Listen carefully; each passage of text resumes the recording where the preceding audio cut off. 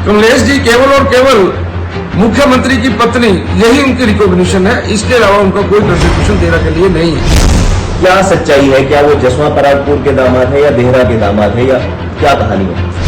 वो डिस्पेंसरी इस सरकार में आने के बाद जो हमारे जीजाश्री हैं उन्होंने बंद कर दी। ये तो मैं उनके मायके यहाँ सच में है, वहां की बात कर रहा हूँ। देहरा में उनका कोई मायका नहीं है। जिस व्यक्ति ने उस सड़क को रोका है वो पिछले दिनों यहीं पर ही कमलेश जी की कन्वर्सिंग कर रहा है। क्यों उपचुनाव की स्थिति आई? क्यों 9 विधायकों ने इस्तीफा दिया? जो भारतीय जनता पार्टी के पुराने कार्यकर्ता थे वो नाराज थे, इस वजह से उनकी हार है। तो इस बार इन 3 उपचुनावों में ऐसा ना हो, इसको भाजपा कैसे सुनिश्चित करेगी? अगर 3 निर्दलीय जो भाजपा में आए हैं वो भी चुनाव जीत जाते हैं तो 30 तक ये आंकड़ा पहुंच जाएगा और कांग्रेस के पास 38 है। तो उसके बाद जो ये है सरकार गिराने की बात हो या सरकार बदलने की बात हो, उसके बाद ये कैसे संभव होगा? नमस्कार, खबर 9 देख रहे हैं आप। मैं हूं सुधांशु ठाकुर। इस वक्त हम अपने चुनावी यात्रा में देहरा विधानसभा क्षेत्र में हैं और हमारे साथ देहरा विधानसभा क्षेत्र में साथ लगते विधानसभा क्षेत्र जसवां परागपुर के विधायक और पूर्व मंत्री विक्रम ठाकुर है। इनके साथ हम बातचीत करेंगे यहाँ किस तरह का माहौल है, किस तरह का चुनावी माहौल है, क्योंकि एक तरफ मुख्यमंत्री की धर्मपत्नी चुनाव लड़ रही है और दूसरी तरफ 2 बार के आजाद विधायक और अब तीसरी बार भारतीय जनता पार्टी की टिकट पर होशियार सिंह चुनाव लड़ रहे हैं। तो इसको लेकर बातचीत करेंगे। विक्रम जी, सबसे पहले आपका स्वागत है। धन्यवाद, आपका बहुत बहुत धन्यवाद। विक्रम जी, पहला सवाल इसी बात पर जो मैं भी कह रहा था कि एक तरफ मुख्यमंत्री की धर्मपत्नी चुनाव लड़ रही है और मुख्यमंत्री खुद को देहरा का दामाद भी कहते हैं, और दूसरी तरफ होशियार सिंह है जो 2 बार आजाद प्रत्याशी के रूप में जीत चुके हैं और तीसरी बार भारतीय जनता पार्टी का टिकट उनके पास है। कैसे देखते हैं कि ये चुनाव किस तरह की लड़ाई है और कितनी चुनौती है भाजपा के लिए? भारतीय जनता पार्टी ने श्री होशियार सिंह जी को इस बार अपना उम्मीदवार बनाया है और होशियार सिंह जी पहले 2 बार आजाद उम्मीदवार के रूप में यहाँ के विधायक रहे हैं। हिमाचल प्रदेश के इतिहास में कोई भी व्यक्ति लगातार 2 बार निर्दलीय विधायक नहीं बना। इसलिए जमीन से जुड़ा हुआ व्यक्ति जिसको लोगों ने परखा है, जिसके बारे में लोग जानते हैं कि विधानसभा के अंदर और विधानसभा के बाहर वो किस प्रकार से देहरा के लिए लड़ाई लड़ते हैं, इसलिए परखा हुआ व्यक्ति है, पहचाने हुए व्यक्ति हैं, गांव से जुड़े हुए व्यक्ति हैं, देहरा का बेटा है, देहरा का भाई है, देहरा का बच्चा है। इसलिए उनका लोगों का दृष्टिकोण उनके प्रति है कि वो यहाँ पे काम करने वाले व्यक्ति हैं, लड़ाई लड़ने वाले व्यक्ति हैं। और दूसरी ओर कमलेश जी केवल और केवल मुख्यमंत्री की पत्नी, यही उनकी रिकॉग्निशन है। इसके अलावा उनका कोई कंट्रीब्यूशन देहरा के लिए नहीं है। और निश्चित तौर से जब ऐसी परिस्थितियां होती हैं तो लोग, जब मुख्यमंत्री का नाम जुड़ गया है तो मुख्यमंत्री ने पिछले 18 महीनों में क्या किया, मुख्यमंत्री का 18 महीनों का कार्यकाल जो कि हिमाचल प्रदेश के इतिहास में सबसे काला अध्याय रहा है, इसलिए लोग अब उसके उन सारी बातों का जवाब देने के लिए इस उपचुनाव का सहारा लेंगे और निश्चित तौर से होशियार सिंह जहां से एक बार फिर यहाँ के विधायक बनेंगे। जी, मुख्यमंत्री की धर्मपत्नी कहती है कि जो देहरा विधानसभा क्षेत्र है ये मेरा पैतृक क्षेत्र है या फिर उनका मायका है, लेकिन हमने देखा कि नलसूहा गांव जो उनका मायका है वो जसवां परागपुर विधानसभा क्षेत्र में पड़ता है। तो इसको आप कैसे देखते हैं? क्या ये मात्र एक पॉलिटिकल स्टंट उनकी तरफ से है ताकि वोट मिले?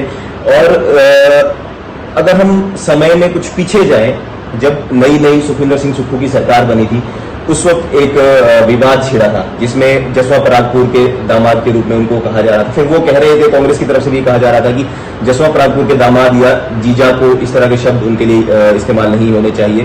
तो क्या सच्चाई है? क्या वो जसवां परागपुर के दामाद है या देहरा के दामाद है, या क्या कहानी है? श्रीमती कमलेश कुमारी जी के मायके नलसूहा में है, इसमें कोई 2 राय नहीं है। वो नलसूहा की रहने वाली है, यहाँ के उनके मायके हैं, लेकिन आज मायके के नाम पे, आज यहाँ की पुत्री के नाम पे वोट मांगी जा रही है। उनका क्या कंट्रीब्यूशन है देहरा के लिए? उनका क्या कंट्रीब्यूशन है जहां पे वो पैदा हुई? आपके ध्यान में रहे कि उनके गांव के अंदर मैंने पिछली सरकार के समय में एक औषधालय खुलवाई वहां पे, और वो जो डिस्पेंसरी है वो डिस्पेंसरी इस सरकार ने आने के बाद जो हमारे जीजाश्री हैं उन्होंने बंद कर दी। तो आप बताइए जरा, क्या बहन ने उस समय उनके साथ लड़ाई लड़ी कि आप ये क्या कर रहे हैं? उस समय उनको अपने मायके की याद नहीं आई? मैंने 2 एसडीएम के दफ्तर खोले, एक एसडीएम का दफ्तर कोटलाबेड़ में खोला और एक जो है वो रक्कड़ में खोला। दोनों के एसडीएम के दफ्तर बंद कर दिए गए। क्या लड़ाई लड़ी? मायके के लिए कहीं उनका कोई कंट्रीब्यूशन हो? ये तो मैं उनके मायके यहाँ सच में है वहां की बात कर रहा हूँ। देरा में उनका कोई मायका नहीं है। देरा में केवल और केवल अपने आप को मायका शो करके वो यहां से सहानुभूति बटोरने के चक्कर में है। इसलिए सच्चाई ये है जो मैं बोल रहा हूं। ये वो इन बातों का उत्तर दे कि उनके गांव में खुलने वाली आयुर्वेदा डिस्पेंसरी ही बंद क्यों कर दी गई, उसके लिए बहन ने क्या लड़ाई लड़ी। जिस समय दोनों एसडीएम के दफ्तर बंद हुए तो उन्होंने घर में क्या ऐसी बात की जिसके कारण से वो आज तक वो दफ्तर खुले नहीं है। ये केवल 2-3 बातें नहीं है, इसके अलावा भी बहुत से ऑफिस बंद हुए। बीडीओ ऑफिस डाटा सीबा बंद हुआ है, लेकिन उसके ऊपर किसी प्रकार की कोई कार्रवाई देखने को नहीं मिली। मैं पूछना चाहता हूं, मायके होने के नाते श्रीमती कमलेश कुमारी जी का क्या कंट्रीब्यूशन है देरा के लिए, वो बताएं लोगों को। एक और चीज, जब हम नलसुहा गांव में हम देखने गए तो हमें एक और रोचक चीज वहां पर देखने को मिली कि एक सड़क है जिसका निर्माण हुआ है, लगभग 100 से 150 मीटर का बीच में उसका काम जो है वो नहीं हुआ है, वो कच्ची है और टूटी फूटी सड़क है। बताया ये गया कि किसी ने उसका काम रुकवाया है। तो ये क्या कहानी है? मुख्यमंत्री की जो उनका ससुराल है उसी गांव में एक सड़क की ये दुर्दशा है। जिस व्यक्ति ने उस सड़क को रोका है वो पिछले दिनों यहीं पर ही कमलेश जी की कन्वेंसिंग कर रहा है। बड्डा ठोर में हमारे एक पोलिंग बूथ प्रेसिडेंट के घर में जाकर उसको बोल रहे हैं कि आप कांग्रेस की मदद करिए। तो आप सचमुच में बताइए कि वो परिवार उस परिवार के कितना क्लोज है? क्या कारण है कि उन्होंने इस सड़क को रोका है? क्या कारण है? क्या मैं ये ना मानूं कि इस परिवार की भी उतनी ही कंट्रीब्यूशन है उस सड़क को रोकने के लिए? इसलिए मैं तो चाहूंगा आपको ये प्रश्न उनसे पूछना चाहिए कि वो व्यक्ति लोगों के पास आपके लिए वोट मांग रहा है तो क्या वो आपका समर्थक नहीं है? अगर वो आपका समर्थक है तो क्या आपने सड़क रुकवाई है? उपचुनाव हिमाचल में हो रहे हैं। 6 विधानसभा उपचुनाव इससे पहले हुए और 3 अभी आजाद विधायकों की सीट पर उपचुनाव हो रहे हैं। अगर हम इस पूरी कहानी को देखें जो फरवरी में शुरू हुआ, आपका उसमें काफी अहम किरदार रहा है। आप सभी 9 विधायकों के साथ पूरे वक्त, चाहे चंडीगढ़ में या दिल्ली में, आप उनके साथ रहे। हम आपसे ये गुजारिश करते हैं कि खबर 9 में आप खबर 9 के माध्यम से ये जानकारी दें कि ये क्या कहानी थी, कैसे ये हुआ, क्यों उपचुनाव की स्थिति आई, क्यों 9 विधायकों ने इस्तीफा दिया या फिर 6 विधायक जो सरकार के निष्कासित हो गए, विधानसभा से निष्कासित हो गए, ये क्या कहानी है, क्यों ये सब हुआ? हिमाचल प्रदेश में जिस समय राज्यसभा का चुनाव हुआ उस समय राज्यसभा के चुनाव के लिए कांग्रेस का जो प्रत्याशी थे वो प्रत्याशी बाहर के थे और वो प्रत्याशी भगवान राम के मंदिर बनने में एक वकील के रूप में, एक अड़चन के रूप में सर्वोच्च न्यायालय में खड़े हुए थे। सभी जितने भी हमारे लोगों का वोट था उसमें से ये 6 लोग और ये साथ में 3 लोग, इनके मन के अंदर जो प्रश्न थे इन्होंने वो सारे प्रश्न उस समय के जो उम्मीदवार थे उनसे किए कि भैया रामलला का मंदिर बनने में आप केवल रामलला को काल्पनिक सिद्ध करने में लगे रहे, क्या कारण था? यहीं से कहानी शुरू हुई है। और उसके अलावा पिछले 15 महीनों में, जब उस समय 15 महीने हुए थे, माननीय मुख्यमंत्री जी ने अपने ही विधायकों के साथ जिस प्रकार का व्यवहार किया, जिस प्रकार से उनको जलील किया, वो भी एक मुख्य कारण उनका भारतीय जनता पार्टी में शामिल होने का है। उन्होंने अपने ही साथियों को तंग किया। यह भी बताया गया कि चपरासी तक की ट्रांसफर उनकी नहीं होती थी, उनके जो काम काज है उनके बीच में उनमें इंटरफेरेंस की जाती थी। ये सारे कारण बने जिसके कारण से सब लोगों ने भारतीय जनता पार्टी को ज्वाइन किया है और भारतीय जनता पार्टी ने उनको ये आश्वस्त किया है कि उनके क्षेत्र के हितों की रक्षा की जाएगी। इसलिए वो सब के सब लोग जो है वो भारतीय जनता पार्टी में है। जो 6 उपचुनाव अभी हाल ही में हुए हैं उनमें से 4 सीटों पर भारतीय जनता पार्टी की हार हुई। ये भी माना जाता है कि जो भारतीय जनता पार्टी के पुराने कार्यकर्ता थे वो नाराज थे, इस वजह से उनकी हार हुई है। तो इस बार इन 3 उपचुनावों में ऐसा ना हो, इसको भाजपा कैसे सुनिश्चित करेगी? निश्चित तौर से उन चुनावों में और इन चुनावों में अंतर है। भारतीय जनता पार्टी प्रत्याशियों के साथ चली है, पूर्ण रूप से चली है। इसलिए मुझे लगता है ये जो रिजल्ट इस बार आने वाले हैं वो भारतीय जनता पार्टी के पक्ष में आएंगे और खास करके सबसे चुकाने वाला जो रिजल्ट रहेगा, नतीजा रहेगा, वो देहरा करे। अगर हम देखें कि एक तरह से जो बार बार कहा जाता है, मंच पे भी कहा जाता है, चाहे पूर्व मुख्यमंत्री जयराम ठाकुर हो या भाजपा के अन्य नेता भी हो, सभी लोग ये कह रहे हैं कि ये सरकार नहीं चलेगी, ये सरकार गिरने वाली है। अभी भारतीय जनता पार्टी के पास 27 सीटें हैं। अगर 3 निर्दलीय जो भाजपा में आए हैं वो भी चुनाव जीत जाते हैं तो 30 तक ये आंकड़ा पहुंच जाएगा और कांग्रेस के पास 38 है। तो उसके बाद जो ये है सरकार गिराने की बात हो या सरकार बदलने की बात हो, उसके बाद ये कैसे संभव हो पाएगा? आंकड़ों के विषय में अगर आप जाएंगे तो आंकड़े आज की तारीख में कांग्रेस के पक्ष में हैं। वातावरण के बारे में अगर आप जाएंगे तो वातावरण कांग्रेस के पक्ष में नहीं है, वातावरण सुखविंदर सिंह सुक्खू के पक्ष में नहीं है।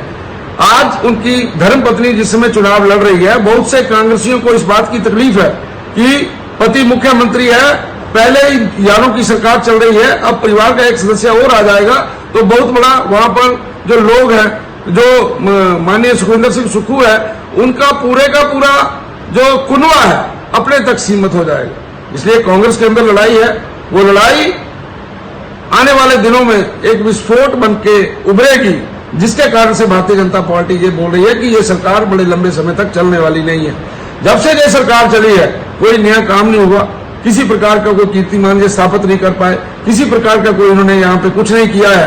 आज मुझे ये आपको बताते हुए बड़ी हैरानी हो रही है कि जिस विधानसभा क्षेत्र के अंदर चुनाव हो रहा है, वहां पर उस समय के विधायक ने, भाई होशियार सिंह ने, जो भी डिमांडें हरिपुर के जनसभा के अंदर रखी थी, सब डिमांडों को माना गया, लेकिन उनमें से एक भी डिमांड जो है आज तक प्रैक्टिकल रूप से जमीन के ऊपर लागू नहीं हुई। इस प्रकार की परिस्थितियां पूरे हिमाचल प्रदेश के अंदर है। इसलिए आने वाले दिन भाई सुखविंदर सिंह सुक्खू के लिए अच्छे नहीं है। अगर हम बात करें इसी कड़ी में, सीपीएस का भी एक मामला है जो कोर्ट में चल रहा है, तो सीपीएस के मामले को लेकर भाजपा ये कह रही है कि जो सीपीएस है उनकी सदस्यता भी जा सकती है, हालांकि कांग्रेस कह रही है कि ऐसा कुछ नहीं होगा। तो इस पे मामला कोर्ट में है, पर क्या आप किस तरह से देखते हैं कि क्या जो सरकार गिराने की कवायद है उसमें भी ये एक अहम किरदार निभाने वाला है सीपीएस वाला मामला? सीपीएस असंवैधानिक तौर पे काम कर रहे हैं। निश्चित तौर से कोर्ट में उनके प्रति जो रिजल्ट आने वाला है वो ठीक नहीं आएगा। यही कारण है हम लोग ये बोल रहे हैं कि 6 और लोग निष्कासित होंगे तो संख्या बढ़ जाएगी। इसी कारण से बोल रहे हैं सरकार बनेगी, और निश्चित तौर से ये जो किया गया है वो गलत किया गया है, और इसका जो नतीजा आएगा उससे भारतीय जनता पार्टी को राहत मिलेगी और कांग्रेस की मुश्किलें बढ़ेगी। इसी के जवाब में कांग्रेस ये कहती है कि भाजपा के भी 9 विधायक ऐसे हैं जिन पर कार्रवाई हो सकती है, जिन्होंने विधानसभा के अंदर हंगामा किया था, और वो कहते हैं कि जो स्पीकर है उनके साथ बदसलूकी की गई थी। तो इसको लेकर आप क्या कहेंगे? बदसलूकी पहली बार नहीं हुई, हंगामे पहली बार नहीं हुए, लेकिन हिमाचल प्रदेश के इतिहास में हंगामे होने पे कभी किसी को पूर्ण रूप से निष्कासित किया हो, ऐसा कोई इतिहास में कहीं मिलता नहीं है। हाँ, अपनी सरकार को बचाने के लिए अगर ये ऐसा काम करेंगे तो वो दिन हिमाचल प्रदेश के लिए काला दिन होगा, और उसके साथ ही ये भी मैं कहूंगा कि कांग्रेस हिमाचल में कांग्रेस जो है वो समाप्त हो जाएगी अगर वो इस प्रकार के काम करे। आखिरी सवाल, 3 उपचुनाव है, देहरा आपके बिल्कुल साथ लगती विधानसभा क्षेत्र है, और इसके अलावा हमीरपुर और नालागढ़ में भी चुनाव है। तीनों उपचुनावों में आप कैसे देखते हैं भाजपा की स्थिति क्या? तीनों उपचुनावों में भाजपा बहुत अच्छी स्थिति में है। कार्यकर्ता कंधे से कंधा मिला के काम कर रहा है, और मुझे पूरा विश्वास है कि तीनों की तीनों सीटें भारतीय जनता पार्टी के पक्ष में आएंगी। जी, बहुत बहुत धन्यवाद हमसे बात करने के लिए। हमारे साथ विक्रम ठाकुर अभी मौजूद थे। इन्होंने बताया कि किस तरह से भारतीय जनता पार्टी इन चुनावों में काम कर रही है, और कांग्रेस की जो सरकार है उन पर भी इन्होंने तीखे हमले बोले। हम इसी तरह से आपको लगातार चुनावों पर अपडेट्स देते रहेंगे। आप सभी जुड़े रहिएगा खबर 9 के साथ। नमस्कार।